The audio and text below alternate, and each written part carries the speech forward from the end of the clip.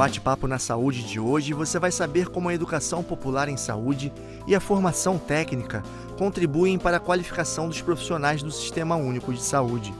Eu vou conversar com Vera Joana, professora de Educação Popular em Saúde, e com Paulia Zacchini, vice-diretora de ensino da Escola Politécnica de Saúde Joaquim Venâncio, da Fiocruz. O bate-papo vai começar agora.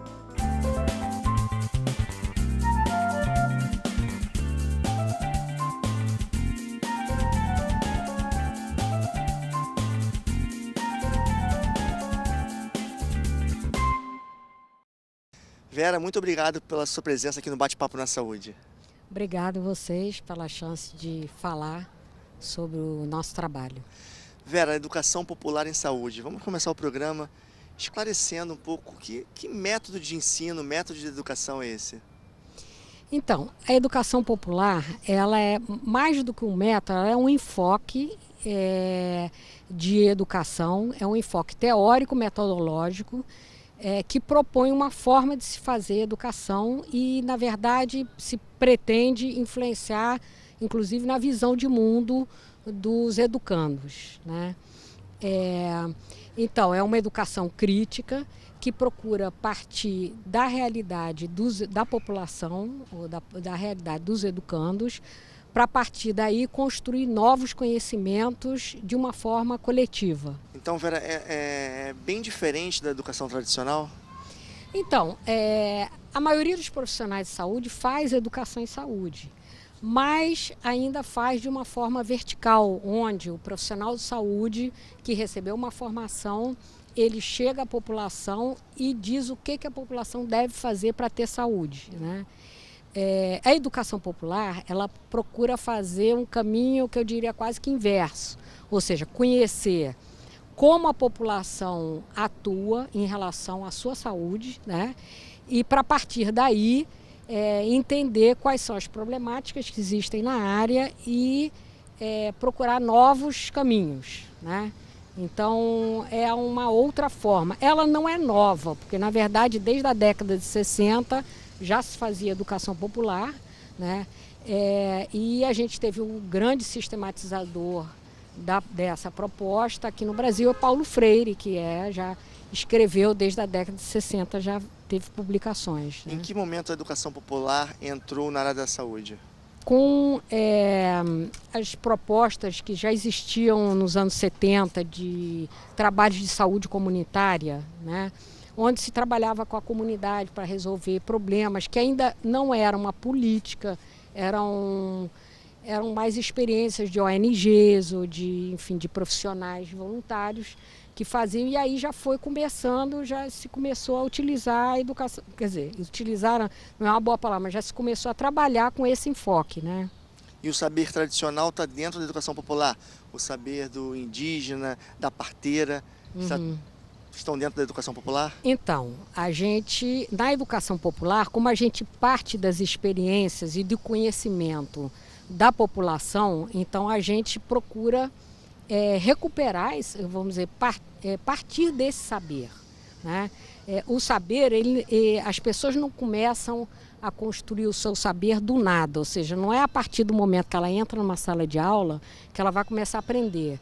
As pessoas já durante a vida, elas já vão adquirindo experiências e a gente vai acrescentar, né, novos conhecimentos, né?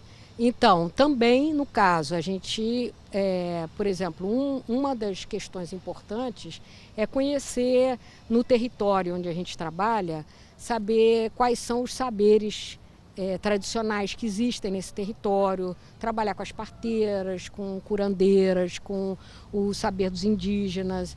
E existe um preconceito com a educação popular? A gente trabalha com as manifestações populares que existem nos territórios onde a gente está, né? Mas eu diria que mais do que preconceito, o que existe é uma forma diferente de fazer educação. E eu diria que assim, a maior parte dos profissionais de saúde ainda trabalha num enfoque mais vertical, né? Porque eu acho que nas faculdades é como a gente aprende a fazer o trabalho de educação, como se nós, profissionais de nível superior, fôssemos detentores de um saber, que os outros não sabem, né? Então a gente chega, quer dizer, muitas vezes o profissional chega de uma maneira autoritária, vertical, e procura orientar, olha, não pode comer isso, não pode comer aquilo, tem que lavar a mão, dando orientações, em vez de procurar entender o que está acontecendo dentro daquele problema, né, que ocasiona o problema. E essa formação hoje ela é reconhecida? A nossa formação, ela tem, quer dizer, eu não falei do curso, né, mas a gente está fazendo o curso de aperfeiçoamento em educação popular em saúde em 13 estados no Brasil, né, nesse momento, e o curso tem sido um sucesso, assim, as pessoas, ele tem possibilitado as pessoas se articularem, as pessoas se encontrarem e perceberem que existe uma outra maneira de se fazer o trabalho de educação.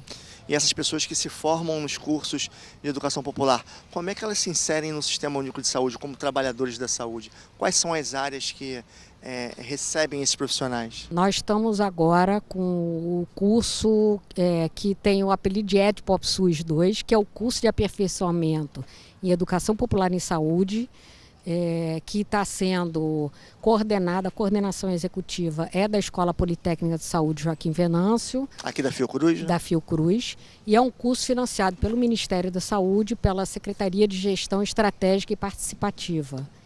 E então a gente está com, o nosso projeto é de fazer a formação de 7.000 educandos em 13 estados do Brasil, né? E esse curso, ele foi construído por um coletivo, não foi a escola sozinha que pensou no curso. Nós tivemos reuniões e oficinas com aproximadamente 90 participantes de movimentos sociais, de escolas técnicas do SUS, e a gente chegou a uma estrutura curricular e a uma, vamos dizer, uma proposta e a um material didático do curso, né? Na verdade, o material didático foi principalmente feito pelos trabalhadores da escola, mas também com outras colaborações. E é um curso de 160 horas, que prevê 17 encontros presenciais, que o curso é todo presencial. E existem áreas de formação? Como é que funciona? Nós trabalhamos com 6 eixos, né? E a gente chama de eixos porque eles são transversais e voltam, né? Então, a gente tem um eixo sobre educação popular, a gente tem um eixo inicial que é sobre gestão participativa, onde a gente, inclusive, aborda a própria gestão do curso, né, para que os alunos participem dessa gestão do curso na sua localidade, né? Depois a gente tem um eixo sobre educação popular no trabalho em saúde, né, que é específico para abordar. A gente tem um outro eixo que fala sobre território, memória, história, onde a gente aborda as diferentes histórias que existem no mesmo território, porque existem versões, às vezes tem uma versão oficial e tem outra versão que é uma versão popular do mesmo fato, né? Então a gente procura recuperar essas versões. Depois a gente tem um eixo sobre cuidado em saúde, a educação popular no cuidado em saúde. Enfim, são 6 eixos e que acontecem em encontros semanais, são encontros de 8 horas por semana, né? E após cada encontro tem um trabalho de campo. E depois de formado dessas pessoas frequentarem esse curso, como é que elas se inserem no Sistema Único de Saúde? Quais são as áreas ou atenção do Sistema Único de Saúde que aproveitam esses profissionais, aproveitam esse saber popular? Então, o curso, na verdade, ele é feito para trabalhadores do SUS. 70% dos educandos são agentes comunitários de saúde ou agentes de vigilância em saúde, que já estão trabalhando, né? E 30% dos educandos são outros profissionais da atenção básica ou lideranças de movimentos, lideranças comunitárias ou de movimentos sociais, né? Então, na verdade, são pessoas que já fazem trabalho de educação em saúde e o que a gente procura é mostrar um outro enfoque de educação, né? E qual o ganho que o profissional de saúde ele tem após concluir um curso de educação popular? Então, principalmente para o atendimento ao usuário, né? Porque o curso é um curso de aperfeiçoamento. Porque nós temos na Escola Politécnica também um curso técnico de agente comunitário de saúde, que forma o profissional, né? Que é um curso mais longo, de mais ou menos 2 anos e meio de duração. Mas esse curso, no caso, é um curso de aperfeiçoamento. Nós acreditamos na escola que o agente de saúde, ele é, tanto agente de saúde como agente de vigilância, ele é potencialmente um educador em saúde, né? Porque o trabalho dele, ele se dá principalmente no território, nas visitas domiciliares, ele está em contato constante com a população, ele mora na comunidade. Então, a gente considera que é importante que esse trabalho de educação em saúde ele é fundamental, porque ele é o trabalho principal desses trabalhadores. Por isso que 70% dos educandos são agentes de saúde e agentes de vigilância. Agora, em 2013, né, foi criada a Política Nacional de Educação Popular em Saúde. Qual o ganho que a Educação Popular em Saúde teve após essa política? Foi um reconhecimento? Então, é até bom falar, assim, porque a Política Nacional de Educação Popular em Saúde, ela é fruto de uma reivindicação do próprio movimento de educação popular em saúde, de ter uma política e de deixar de ser sempre alternativa para ser uma política do SUS, né? Então, isso foi uma reivindicação do movimento e teve um tempo de elaboração dessa política e ela foi publicada em 2013. Ela foi aprovada em 2013. A partir do momento que ela foi aprovada, o Ministério começou a investir na sua divulgação, né? Na sua implantação.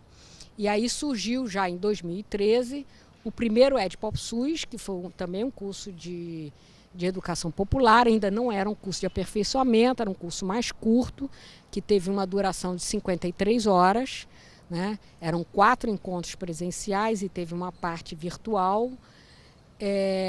E aí, com a avaliação desse primeiro EdPop SUS, surgiu o segundo, vendo que existia uma necessidade de aprofundar os conhecimentos, que 4 encontros era ainda pouco, foi um curso feito em larga escala, mas a gente considerou que precisava aprofundar e aí surgiu o EdPop SUS 2, que também a verba vem por conta da aprovação da política. O curso ele é uma das principais estratégias de implantação da Política Nacional de Educação Popular em Saúde, né? Tem outras estratégias, como por exemplo o VEPOP, que trabalha com extensão universitária. Na Paraíba tem um grupo forte que trabalha com o VEPOP, que trabalha com extensão em educação popular em saúde. Enfim, tem outras. Hoje essa política está fortalecida? Eu acho que sim, inclusive outra atividade que eu esqueci, que foram as tendas Paulo Freire. A maioria dos congressos hoje em dia... A gente acompanha alguns congressos, a maioria conferências, delas, sempre tem uma tenda Paulo Freire de educação popular. Também faz parte, vamos dizer, do incentivo dessa política, né? Ainda existem desafios pela frente? Com certeza, porque a gente está fazendo curso para 7.000 educandos, e o desafio é ampliar. Levar para todos os estados. Levar para todos os estados. E a outra questão é que a educação popular, é importante que ela também faça parte da formação universitária também, para que outros profissionais também atuem conforme essa política. E isso, na verdade, assim, já tem algumas universidades, eu acho que em São Carlos, na Paraíba, em João Pessoa, que já estão trabalhando nessa perspectiva. Tá certo, Vera, muito obrigado por esse bate-papo. Parabéns pelo trabalho que você realiza na educação popular em saúde. Tá, obrigado pela oportunidade de poder falar do trabalho. O Bate-Papo na Saúde vai fazer um rápido intervalo. No próximo bloco eu vou voltar com a Paula Zacchini. Ela vai falar sobre a formação técnica em saúde para o Sistema Único de Saúde. Até já! Um curso muito curto, de poucas horas, ele entra em atuação no território, mas com uma responsabilidade enorme, com ações de promoção, prevenção, registro, informação, cuidado em saúde. Então a gente tem uma defesa enorme da formação desses trabalhadores.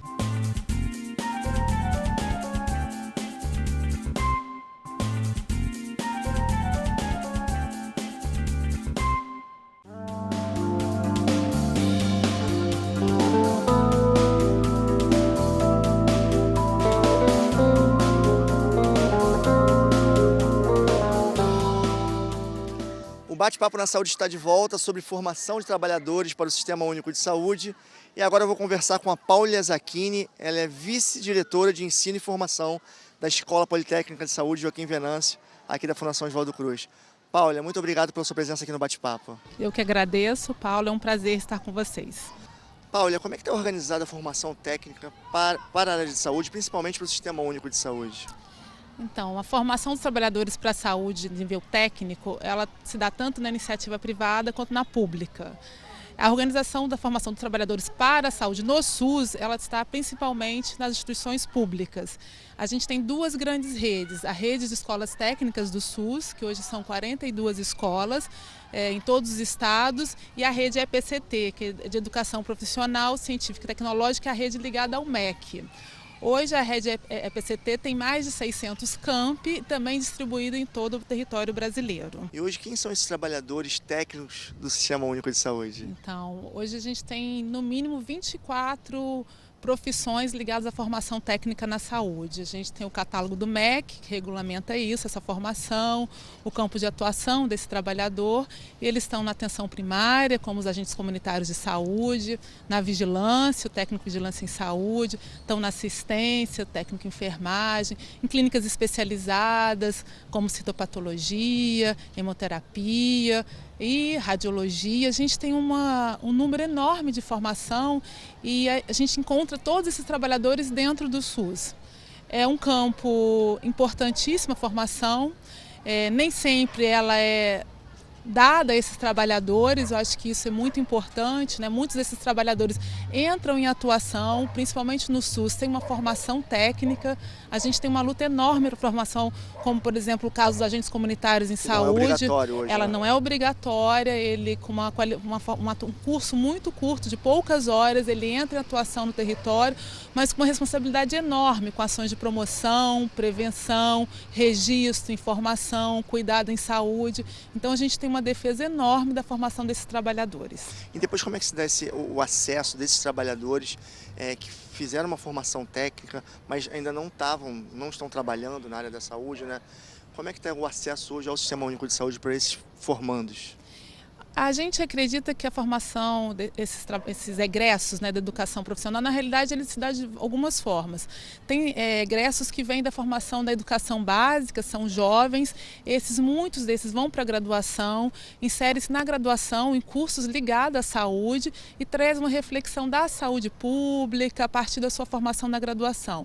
Mas muitos trabalhadores eles já estão em atuação dentro do SUS. Eu acho que esse também, a formação técnica, ela é tanto na formação integrada junto à educação básica, mas o que a gente chama de pós-médio, que é a formação subsequente, ela também está em lei e nesse caso a gente tem esses trabalhadores que estão em serviço e a gente precisa de uma pactuação com o município, com o estado, para a liberação desses trabalhadores, que é uma outra luta importante na formação desses trabalhadores, que não basta eles terem um horário para vir aqui à escola e participar de uma formação, eles precisam também ter tempo de estudo, então a formação desses trabalhadores, hoje a gente só de ACS, a gente tem mais de 300 mil ACS no país e poucos deles com formação técnica completa, que é a formação técnica de no mínimo 1.200 horas, e aí isso significa que ele teria que ter liberação tanto para estar na escola, mas também depois para desenvolver atividades de campo, de pesquisa, porque a formação dos trabalhadores ela também não é só, a gente forma um trabalhador técnico não só com o domínio das técnicas, mas a gente quer que ele também auxilie na compreensão e na atuação de políticas públicas, na construção de políticas públicas, na intervenção no território, tem que ser uma formação técnica, científica, com olhar para a crítica ao campo do trabalho dele na saúde, como ele se dá. Então não basta ele vir e aprender técnicas, ele também tem que refletir sobre o campo de trabalho. E com relação à fiscalização, essa obrigação é do MEC ou do Ministério da Saúde?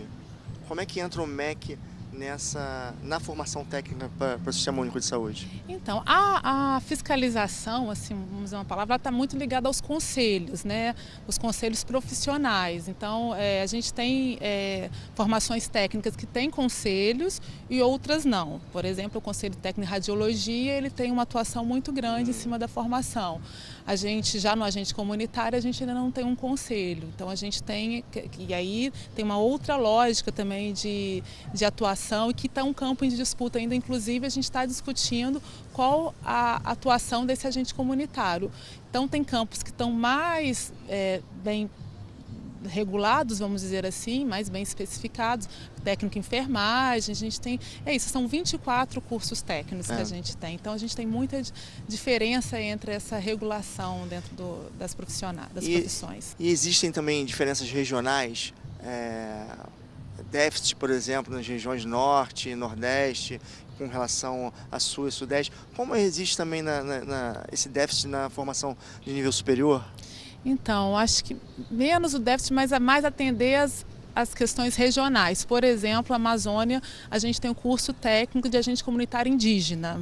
É uma coisa que para lá a gente tem um curso, a gente fez junto com a Fiocruz Amazônia, junto com a Secretaria de Estado de Educação lá na Amazônia. É uma discussão importante também para o Centro-Oeste, né? No entanto, em regiões como Metropolitano de Rio de Janeiro, São Paulo, a gente não tem. Em contrapartida, a gente tem uma importância muito grande nas questões de vigilância em saúde, que estão em portos, aeroportos, vigilância epidemiológica, vigilância do trabalhador. Então, esse déficit ele se dá muito, essa demanda, né? Não vou falar em déficit, mas assim, de demanda. Quais são as demandas regionais de formação desses trabalhadores? E eu acho que o SUS ele tem avançado muito nesse olhar e nessa possibilidade de formação. O Ministério da Saúde apoiou muito, por exemplo, o curso técnico agente comunitário indígena, que a gente fez lá em parceria com a Fiocruz Amazônia.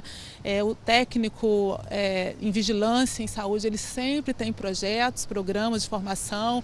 Nós tivemos no final da década de 90, início do ano 2000, um curso de formação de agentes de endemias locais. Então, tem esse cuidado. Onde tem a demanda, o Ministério apoia. Nesse momento, a gente está com pouco financiamento para essas ações, porque a rede de escolas técnicas ela precisa desse financiamento do Ministério da Saúde para que ela possa ter uma atuação mais próxima do seu território. E desde 2013 a gente não tem liberação de financiamento para a rede de escolas técnicas, novos financiamentos. Então a gente estava terminando a execução de alguns financiamentos e a gente não tem novos financiamentos. Então a gente tem uma questão aí que boa parte das escolas técnicas estão sem poder atender às demandas regionais. E hoje falta profissional técnico no Sistema Único de Saúde para dar conta da demanda dos usuários? Sim. O campo, por exemplo, do registro e informação em saúde, né? A gente tem um déficit nesse campo de registro, a gente tem um curso técnico de registro e informação em saúde e o que a gente tem hoje são ações de qualificação profissional. Aquele trabalhador que já está em serviço, ele faz curso de 200, 240 horas para poder se qualificar, mas não uma formação técnica. No campo da gestão também a gente observa que tem muito trabalhador que está na gestão, mas sem essa formação. Então, a gente precisa que cada vez mais tenha essa defesa da formação técnica de trabalhadores para o SUS. O ensino à distância seria uma saída para essa falta de financiamento e também de uma estrutura com física, né, de escolas técnicas? Para a formação técnica a gente não defende, Paulo, porque são 1.200 horas de um trabalhador que muitas vezes, como lhe disse, nunca teve uma possibilidade de formação técnica naquela área específica. É um trabalhador que não tem, muitas vezes, possibilidade de ter seus estudos por falta de acesso à própria rede de internet. É um trabalhador que precisa vir à escola para mostrar os seus saberes, essa troca que a própria Vera traz, essa importância desse diálogo, de troca de saberes, ele é muito presente na formação técnica. A gente tem uma defesa que tem que ser um curso presencial. Claro, utilizar as tecnologias de informação e comunicação, elas podem ser sempre utilizadas nos processos formativos, mas não como um curso de educação à distância, EAD. Mas o EAD, ele é aceito como curso técnico hoje? Sim, você tem processos, você tem formação técnica por EAD. A gente, vou dar um exemplo, secretariado escolar, né? Tem um curso técnico em EAD de secretariado escolar, não é da área da saúde. Mas para a saúde? Para a saúde também tem técnico, por exemplo, o eixo tecnológico que a gente tem lá no MEC, a gente chama de saúde e meio ambiente. Então, hoje tem cursos técnicos de meio ambiente em EAD. É isso, a gente volta a falar assim, a formação técnica, por exemplo, técnico e meio ambiente, esse olhar de intervenção, de diagnóstico, ele é muito mais considerado no sentido formativo quando você tem uma troca. Então, a presencial para a gente é muito importante. E hoje, quais são os maiores desafios nessa área técnica de formação profissional para o SUS? Formar um trabalhador que domine as questões técnicas, mas, sobretudo, compreenda os processos de saúde, os processos epidemiológicos de adoecimento, transição epidemiológica, a determinação social da saúde, o processo do trabalho na saúde. Então, assim, essa formação que vai para além do domínio das técnicas. Eu acho que esse é o nosso maior desafio. Tá certo, Paula. Muito obrigado pela sua presença aqui no Bate-Papo na Saúde. Obrigada. Muito obrigada a você, Paulo. O Bate-Papo na Saúde vai ficar por aqui e a gente se vê num próximo programa, sempre com um assunto que contribui para a efetivação do Sistema Único de Saúde. Até lá!